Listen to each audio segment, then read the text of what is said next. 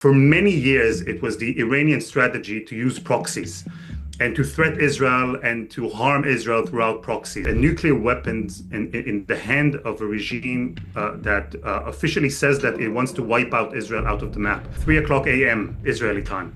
There was a siren that was heard throughout the country. People were very scared, confused, unaware of what was happening. Israeli officials keep trying to make things calmer and say, we have the defense systems, we can engage and intercept whatever it is that the Iranian regime will try to send towards Israel's way. Well, the United States are still, at least formally, saying that they hope that even after this attack, Iran will come to the negotiation. Hello and welcome to this special broadcast on One India. As the world has come to know now that Israel launched early attacks on Iran, claiming the assassination of one of the top military commanders there, and also attacking the nuclear installations. And now, as we speak, Iran is hitting back at Israel with its drones.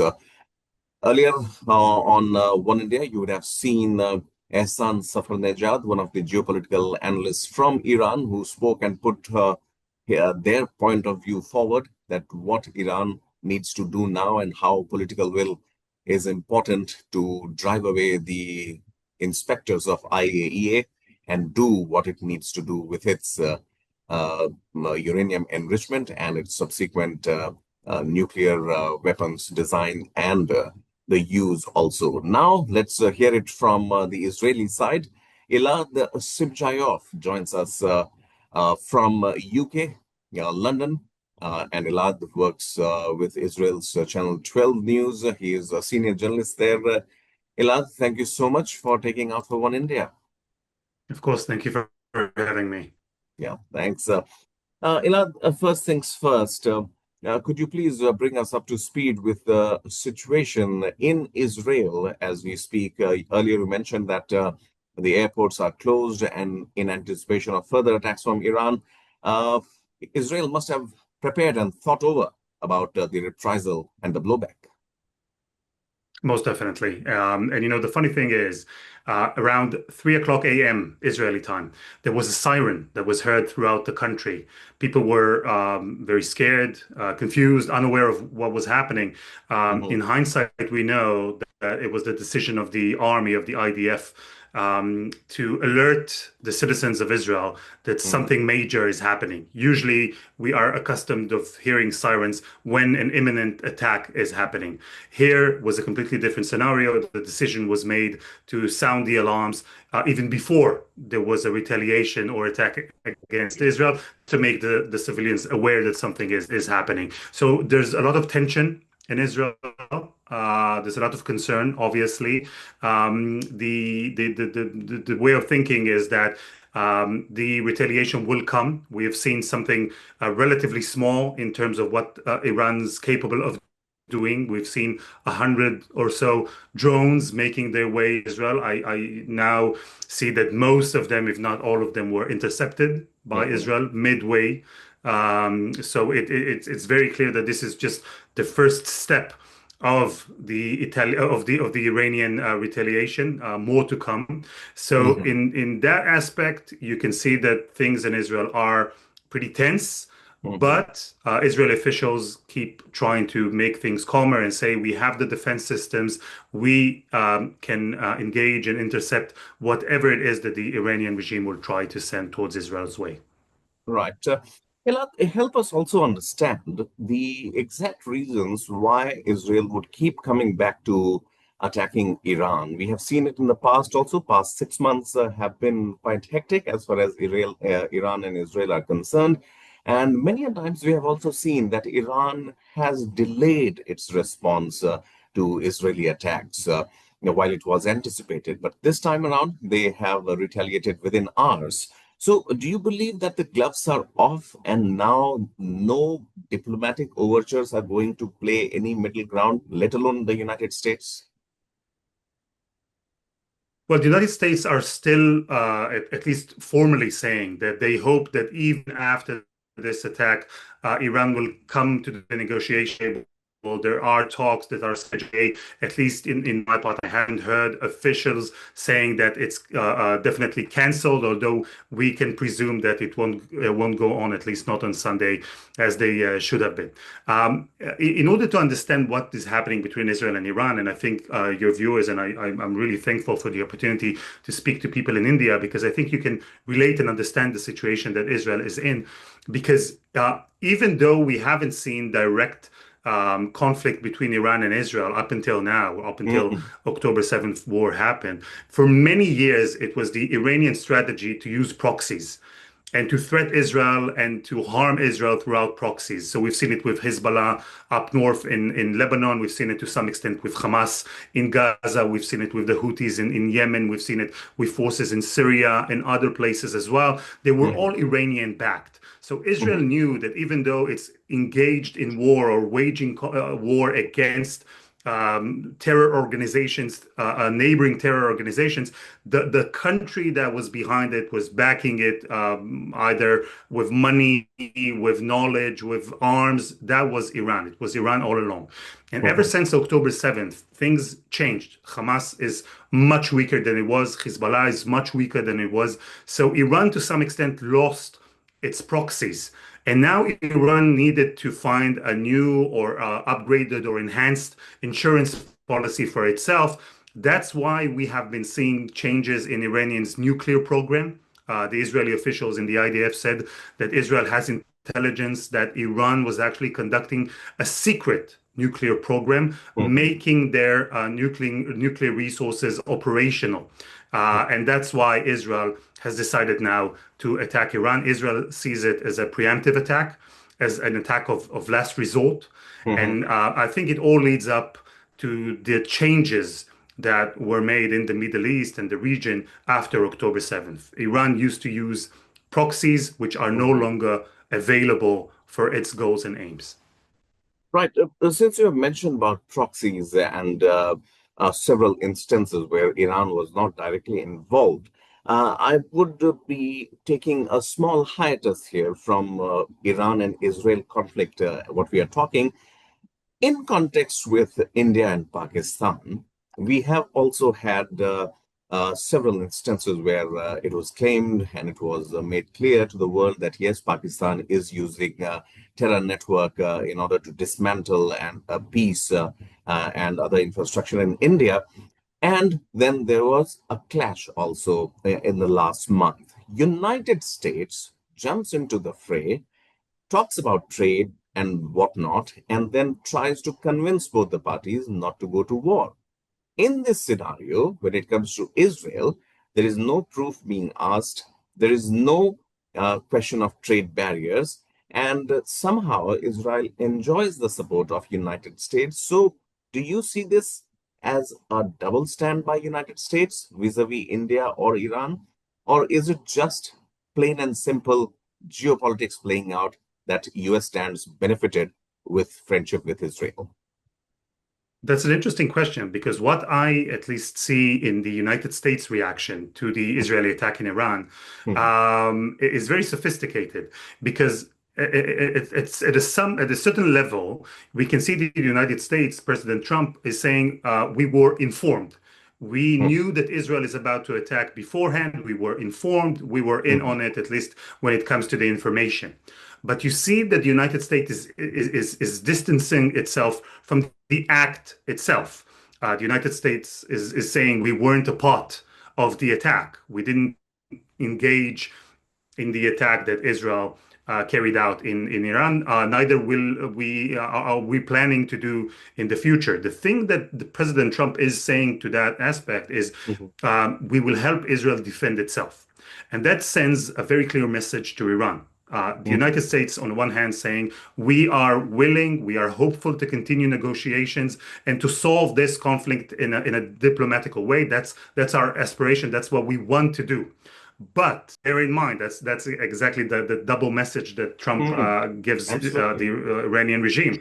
If you'll attack Israel, and most certainly if you'll attack anything that has to do with the United States, we will defend ourselves and we will help defend our allies. So I think that in that aspect, the United States is standing beside Israel. It is letting Israel do the dirty work, if you would, that carrying the attacks by itself. But it says we will help Israel defend itself, and we are here for negotiations. So I think it's a very interesting approach, and you're right, it's different than the one that has been taken in the India-Pakistan conflict. Absolutely, absolutely. And this is something that in this new, dimensional world post Israel, Gaza, and Ukraine and Russia war, a lot of things gain a lot of significance also there. One final question, Elad. Obviously, I was speaking Sure. to Ehsan Safarnejad, the geopolitical analyst from Iran, and he said that on one hand, as you mentioned, the talks between US and Iran are going on in Oman, and on the other, USA is helping Israeli jets refuel midair to carry out long-distance attacks in Iran. In such a scenario, given the relations between India and Israel and India and United States and several other countries, do you believe that Israel runs a risk of getting alienated just being by friends with the United States? Will this have any sort of reprisal on Israel? That's an interesting question. I think it's left to be seen. I think that Israel understands that when it comes to Iran, there's a clear understanding, even in the region, in the Middle East, that Iran is a disruptive player and a dangerous player in the Middle East. So I think that while we heard criticism towards Israel when it comes to Gaza, when it comes to the war against Hamas, even to some extent when it came to the war against Hezbollah in Lebanon, I think that it's very clear that there is a consensus that Iran could not and must not have any nuclear capabilities, let alone a nuclear arsenal of weapons. So I think in that aspect, Israel is taking a risk to some extent, but I don't think this has the potential of annihilating Israel. I think that it's very clear, and correct me if I'm wrong, I think that most people in India will agree that a nuclear weapons in the hand of a regime that officially says that it wants to wipe out Israel out of the map. It's something that we cannot live with. It's a threat. It's an existential threat for Israel that we cannot allow.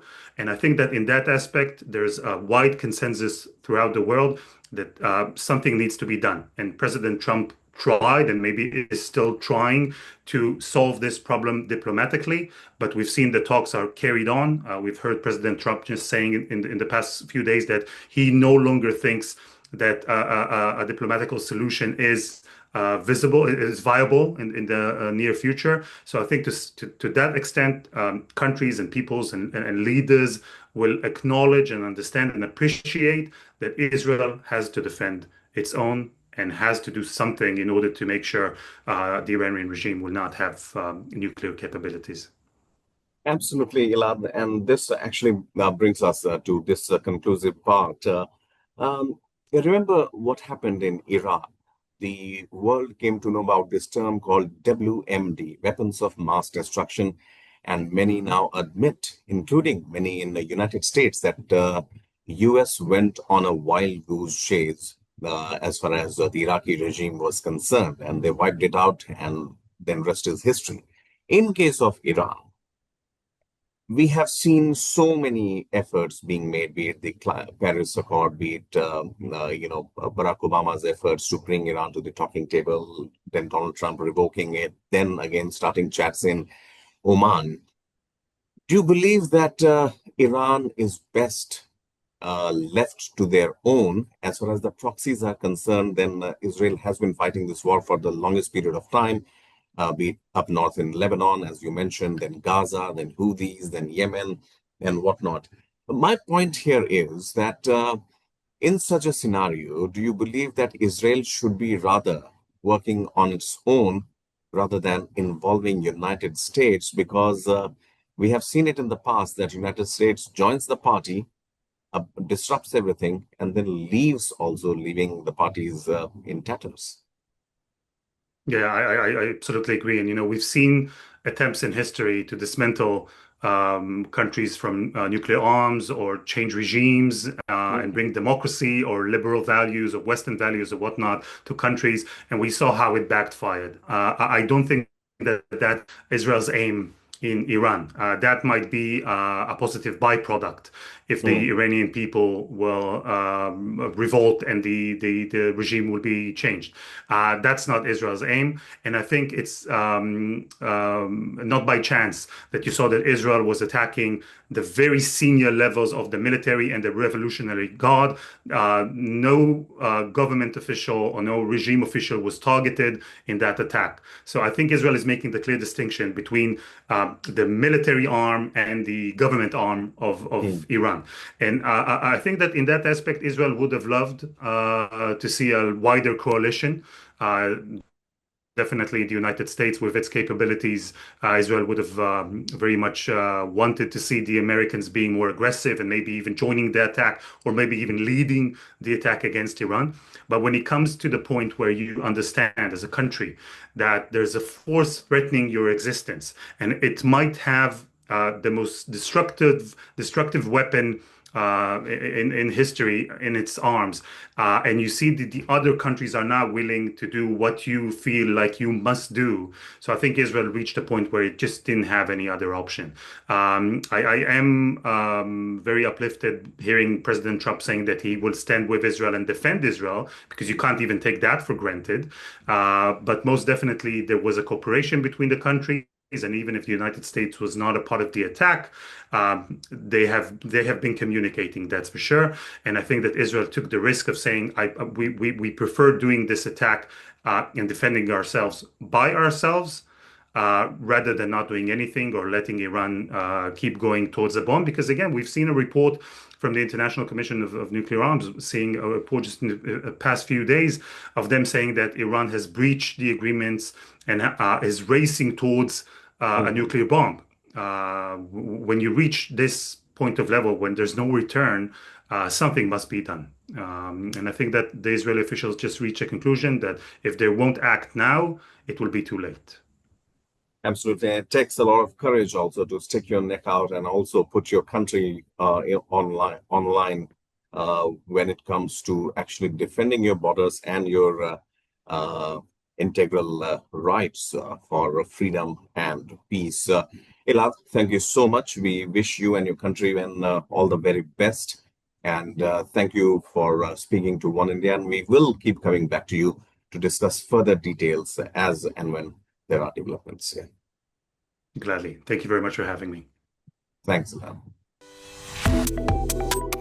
Subscribe to One India and never miss an update. Download the One India app now.